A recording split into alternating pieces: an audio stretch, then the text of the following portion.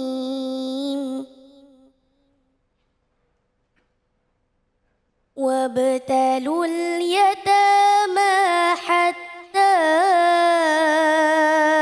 إذا بلغوا النكاح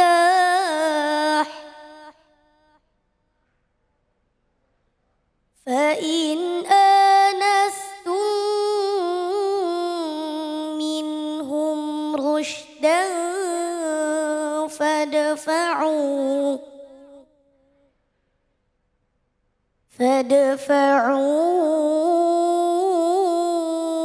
إليهم أموالهم ولا تأكلوها إسرافا وبدارا أن يكبروا ومن كان غنيا فليستعفف ومن كان فقيرا فليأكل بالمعروف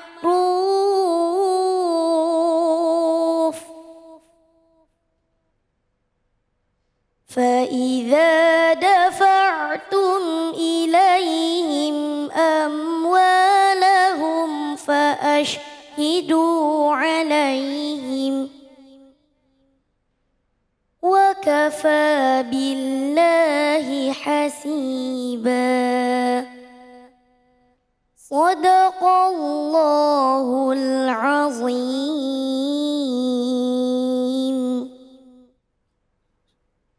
Subhanallah, Alhamdulillah. Sama-sama kita sudah menyimak, mendengarkan bacaan ayat suci Al-Quran Surah An-Nisa ayat 6 yang dibacakan dengan merdu oleh qori kita yaitu Natasha.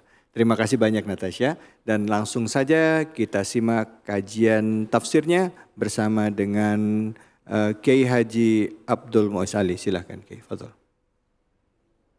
Bismillahirrahmanirrahim. Qala musannifu rahimahullahu ta'ala wa nafa'ana bihi wa ulumihi fid dharain amin. Rabbi shrah li sadri wa yassir li amri wahlul 'uqdatam min lisani yafqahu qawli. Amma ba'du. Adik-adikku sekalian, mahasiswa dan para pemirsa di rumah rahimakumullah. Berbicara tentang pernikahan adalah sesuatu yang sangat penting dalam agama. Al-Quran sekurang-kurangnya 15 kali menyebut kata nikah dengan variannya.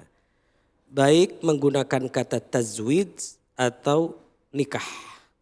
Ini betapa pentingnya Islam hadir mengikat suatu dua orang yang bukan mahramnya yang semula haram menjadi halal. Dulu di zaman jahiliyah praktek nikah dini itu sering dilakukan. Maka Islam hadir sebagai agama yang paripurna memberikan satu guidance, tata cara baik merujuk kepada Al-Quran dan hadis dan aqwalul ulama atau pendapat ulama. Salah satu yang mendasari tentang pernikahan dini dapat kita rujuk seperti yang kita simak dari qori'ah barusan. Suaranya begitu merdu, Masya Allah. Mudah-mudahan mendapatkan pendamping yang saleh. Amin, amin insya Allah. Punya anak yang saleh dan salihah. Amin, amin. Yang mengamini, yang masih jomblo, mudah-mudahan mempunyai pendamping yang saleh dan saleh. Amin. Kenceng banget aminnya. Memang mengkaji soal nikah itu, Beb, Iya, enak. iya. Jadi kalau diundang pernikahan itu enak apa enggak? Enak. Selain dapat makanan, minuman, memotivasi kita kapan ya giliran saya. Iya. Masya Allah, subhanallah, alhamdulillah, Allahu Akbar. Allah subhanahu wa ta'ala berfirman, وَبَتَالُوا الْيَتَامَى حَتَّى إِذَا بَلَغُوا النِّكَاحِ. Dan ujian anak yatim itu sampai mereka cukup umur untuk kawin. Ini ulama yang mendasari bahwa pernikahan dini itu diperbolehkan. Kenapa dipakai rujukannya anak yatim gitu ya di sini? Ya, runtutannya adalah anak yatim itu hartanya bisa diberikan, kan semula mahjur. Ya. Harta anak yatim itu harus ada yang megang. Iya. Tapi ketika sudah balagun nikah, Ya. sudah masuk usia dewasa, maka bisa diserahkan. Oh. Itu maksudnya ayat ini. Maka Ya. wabatalul yatama hatta idza balagun nikah. Memang ngurusi anak yatim itu ya tentu banyak pahalanya, tapi cobaannya banyak. Iya. Ya namanya juga ditinggal orang tua itu. Iya. Nah, ditinggal bapak dan harus ada yang ngurusin. Lah, mengurusi fisik dan hartanya itu hatta balagun nikah, sampai usia cukup untuk kawin, berarti sudah Dewasa. Ulama berbeda pendapat perihal batasan rusdu. Ada yang mengatakan 18 tahun. Ada yang mengatakan 18 tahun berarti jika merujuk kepada yang 18 tahun ini, usia boleh menikah itu usia 18 tahun. Nah, oleh karenanya penting pada kesempatan kali ini saya mencoba untuk mendalami baik dari aspek hukum positif di Indonesia atau pendekatan fikih. Sebagaimana maklum bahwa pernikahan dini ini atau urusan perkawinan itu diatur, disebutkan misalnya dalam KHI, Kompilasi Hukum Islam, pasal 15 di situ disebutkan, atau Undang-Undang Nomor 1 1974, laki-laki itu boleh menikah umur 19 tahun. Iya. Kalau perempuan 16 tahun. 16 tahun. Nah, bagaimana menurut fikih? Nah, ini kita baca fikihnya. Bismillahirrahmanirrahim. Wa lam yashtarit jumhurul fuqaha lin i'qadis zawaj al-bulu wal aql wa qalu bi sihhati zawajis saghir wal majnun. Ulama jumhurul fuqaha, mayoritas ulama tidak mensyaratkan dalam pernikahan itu harus baligh dan punya akal. Enggak harus. Otomatis yang belum baligh pun artinya belum sampai usia balagun nikah maka diperbolehkan. Bahkan tidak disyaratkan punya akal yang sehat. Ya. Wa qalu bi sihhati zawajis saghir wal majnun. Ulama berpendapat keabsahan nikahnya orang yang belum dewasa dan orang gila. Faqala al-jumhur minhum a'immatul madzahib al-arba'ah balid da'in Ibnul Mundhir al-ijma' ala jawazi tajwizi saghirah min kuf'in. Jumhurul ulama bahkan menurut Imam Ibnul Mundhir ini menjadi semacam ijma, konsensus ulama tentang kebolehannya menikah di usia dini tapi dengan syarat dengan laki-laki yang sebanding, yang kufu. Sekufu ya. Ya, nanti kita bahas tersendiri bagaimana tentang konsep kufu dalam fikih. Ya. Lah, Wahbah ad-Doktor Syekh Imam Wahbah Az-Zuhaili dalam kitabnya kebolehan menikahkan anak yang belum dewasa itu ada batasan in ra'ahul waliyu maslahatan. Kalau walinya, orang tuanya, baik bapak atau kakeknya melihat, oh ini kalau meskipun saya nikahkan, ini nampaknya ada maslahah yang kembali kepada anak saya, boleh silahkan. Tapi kalau sebaliknya, anak saya ini kalau nikah dengan usia yang tidak matang secara agama, juga tidak matang secara psikologisnya, ya, tidak matang dari aspek reproduksinya, wah ini nanti bahaya. Ini baru cinta monyet udah mau minta nikah. Nanti tidak bertahan lama. Adik-adikku sekalian, kita pernah atau bahkan sering melihat kan, baru menikah tidak sampai 1 tahun sudah gugat cerai. Dan ini tidak saja dilakukan oleh orang yang menurut kita sudah dewasa, tapi juga dilakukan oleh orang yang secara ekonomi sudah matang. Lihat, yang sering kita lihat ya kan, para tokoh bahkan artis ya, itu Masya Allah ya kan. Ini kita mudah-mudahan sekali menikah adalah untuk selamanya. Seperti sebuah lagu.